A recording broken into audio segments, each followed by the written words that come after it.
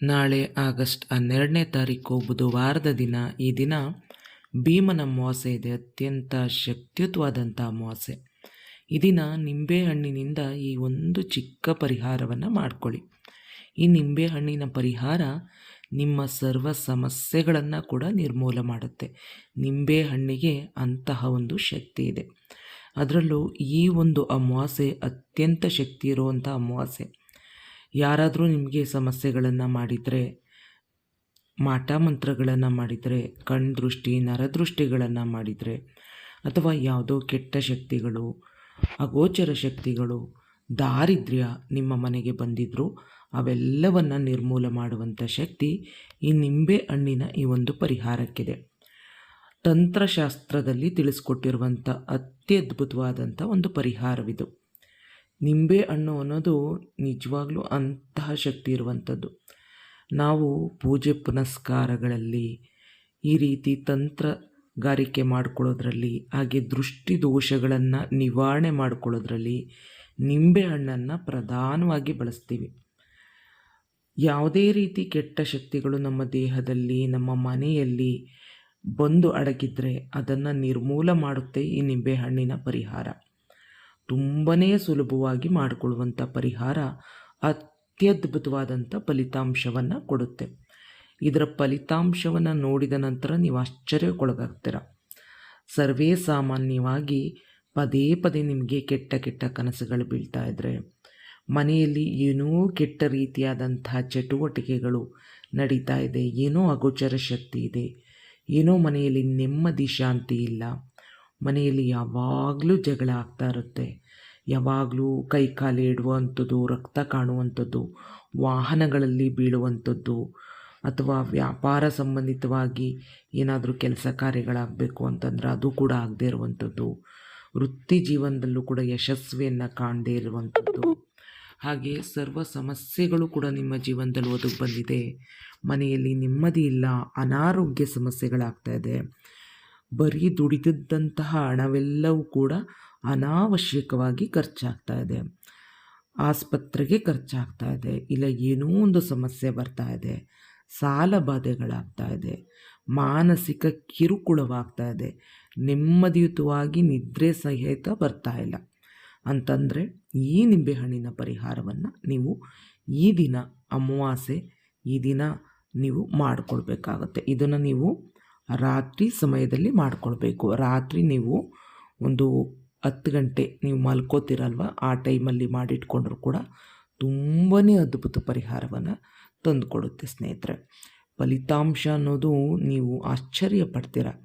ಯಾಕಂದರೆ ಇದನ್ನು ನೀವು ಮಾಡ್ಕೋತಾ ಇದ್ದೀರಾ ಅಂತಂದರೆ ಸ್ವಲ್ಪ ರಹಸ್ಯವಾಗಿ ಮಾಡ್ಕೊಳ್ಳಿ.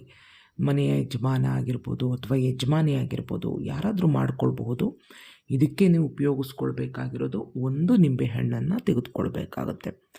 ಹಳದಿ ಬಣ್ಣದ ನಿಂಬೆಹಣ್ಣು ಬಹಳ ಪ್ರಾಶಸ್ತ್ಯ. ಹಳದಿ ಬಣ್ಣದ ನಿಂಬೆಹಣ್ಣನ್ನು ತೆಗೆದುಕೊಳ್ಳಿ.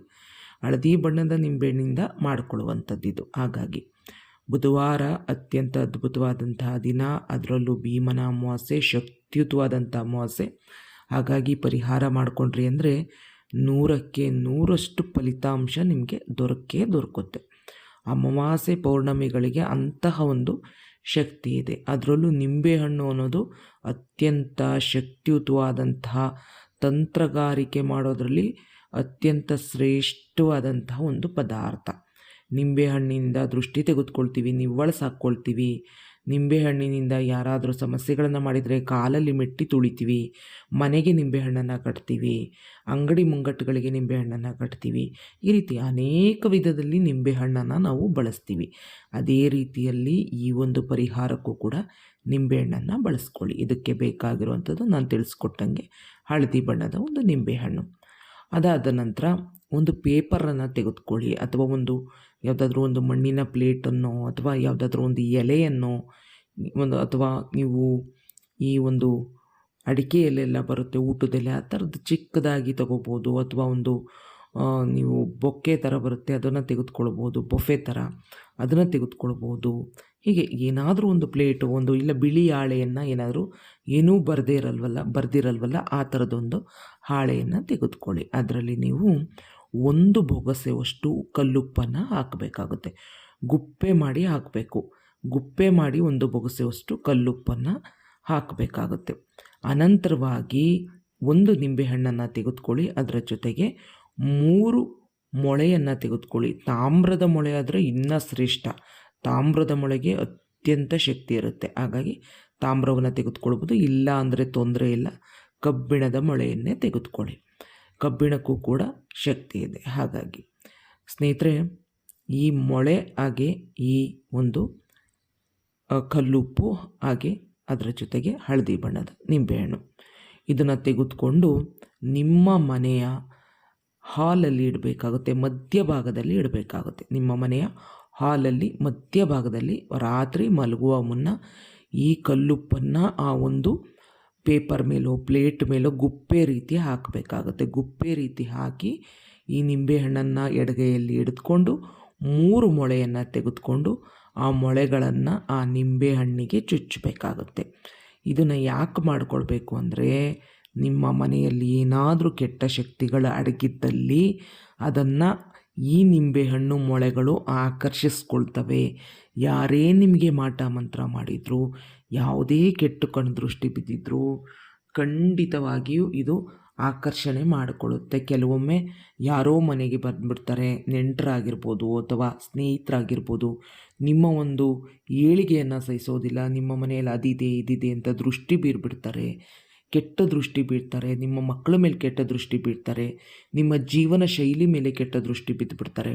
ಇದರಿಂದ ನಿಮ್ಮ ಜೀವನದಲ್ಲಿ ಅನೇಕ ರೀತಿಯ ತೊಂದರೆಗಳನ್ನು ಮುಂದೆ ಮುಂದೆ ಅನುಭವಿಸ್ತಾ ಹೋಗ್ಬಿಡ್ತೀರ.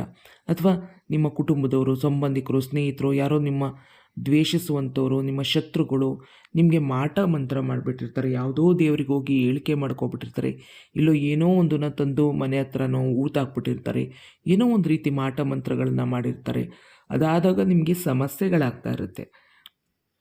ಈ ಮಾಟ ಮಂತ್ರ ಸಮಸ್ಯೆ ನಿಮ್ಮ ಮನೆಗೆ ಯಾವುದೂ ದೃಷ್ಟಿ ಆಗಬಾರ್ದು, ಯಾವುದೇ ಕೆಟ್ಟ ಶಕ್ತಿ ಬರಬಾರ್ದು. ನಿಮ್ಮ ಮನೆಯಲ್ಲಿರೋ ಎಲ್ಲ ದುಷ್ಟಶಕ್ತಿಗಳು, ಈವನ್ ದಾರಿದ್ರ್ಯ ಕೂಡ ಅದನ್ನು ಆಕರ್ಷಣೆ ಮಾಡಿಕೊಳ್ಳುತ್ತೆ. ಈ ನಿಂಬೆಹಣ್ಣು, ಮೊಳೆ, ಕಲ್ಲುಪ್ಪು ಇದಿಷ್ಟು ಆಕರ್ಷಣೆ ಮಾಡಿಕೊಳ್ಳುತ್ತೆ. ಇದನ್ನು ನೀವು ಬೆಳಗ್ಗೆ ತನಕ ನಿಮ್ಮ ಮನೆಯ ಹಾಲಲ್ಲಿ ಮಧ್ಯಭಾಗದಲ್ಲಿ ಇಟ್ಟುಬಿಟ್ಟು ಮಲಗಿಬಿಡ್ಬೇಕಷ್ಟೆ. ನೀವು ಬೇರೆ ಏನೂ ಮಾಡೋ ಹಾಗಿಲ್ಲ. 3 ಮೊಳೆಗಳನ್ನು ಚುಚ್ಚೋದು, ಕಲ್ಲುಪ್ಪು ಮೇಲೆ ಆ ಒಂದು ನಿಂಬೆಹಣ್ಣನ್ನು ಇಡುವಂಥದ್ದು. ಇಷ್ಟೇ ಮಾಡಬೇಕಾಗಿರೋದು. ಮರುದಿನ ಬೆಳಗ್ಗೆ ಶೀಘ್ರವಾಗಿ ಎದ್ದು ಇಲ್ಲಿರುವಂತಹ ಪದಾರ್ಥಗಳೇನಿದೆ ಆ ಪೇಪರ್ ಸಮೇತನೋ ಅಥವಾ ಪ್ಲೇಟ್ ಸಮೇತನೋ ತೆಗೆದುಕೊಂಡೋಗಿ, ಅಥವಾ ಒಂದು ಪ್ಲಾಸ್ಟಿಕ್ ಕವರ್ ಒಳಗಡೆ ಅದನ್ನು ಹಾಕ್ಕೊಂಡೋಗಿ ಯಾರೂ ತುಳಿದಿಲ್ದಿರುವಂತಹ ಜಾಗದಲ್ಲಿ ನೀವು ಬಿಸಾಕಬೇಕು. 3 ರಸ್ತೆ ಕೂಡಿರುವಂಥ ಒಂದು ಸೈಡಲ್ಲಿ ನೀವು ಇದನ್ನು ಬಿಸಾಕ್ಬಿಡಿ. ಇಲ್ಲ ನಿಮಗೆ ಅನುಕೂಲ ಇದೆ, ಬಾವಿ ಇದೆ, ಕೆರೆ ಇದೆ, ನದಿ ಇದೆ ಅಂದರೆ ಅದರಲ್ಲಿ ಬಿಸಾಕ್ಬಿಡಿ. ನಿಮಗೆ ಯಾರೇ ಸಮಸ್ಯೆ ಮಾಡಿ, ಏನೇ ಮಾಟ ಮಂತ್ರ ಮಾಡಿರಲಿ, ಏನೇ ನಿಮ್ಮ ಜೀವನದಲ್ಲಿ ಸಮಸ್ಯೆಗಳನ್ನು ನೀವು ಅನುಭವಿಸ್ತಾ ಇದ್ರೂ ಕೂಡ ಫಟಾಫಟ್ ಅಂತವೆಲ್ಲ ಕೂಡ ಕ್ಷಣ ಮಾತ್ರದಲ್ಲಿ ನಿವಾರಣೆ ಆಗಿಬಿಡುತ್ತೆ. ಪಾಸಿಟಿವ್ ಎನರ್ಜಿ ನಿಮ್ಮ ಮನೆಯಲ್ಲಿರುತ್ತೆ. ಸುಖ, ಸಂತೋಷ, ನಗು, ನೆಮ್ಮದಿ ಇರುತ್ತೆ. ದುಡಿದ ಹಣ ಕೈ ಸೇರ್ತಾ ಹೋಗುತ್ತೆ. ಯಾವುದೇ ರೀತಿ ಸಮಸ್ಯೆಗಳಾಗೋದಿಲ್ಲ.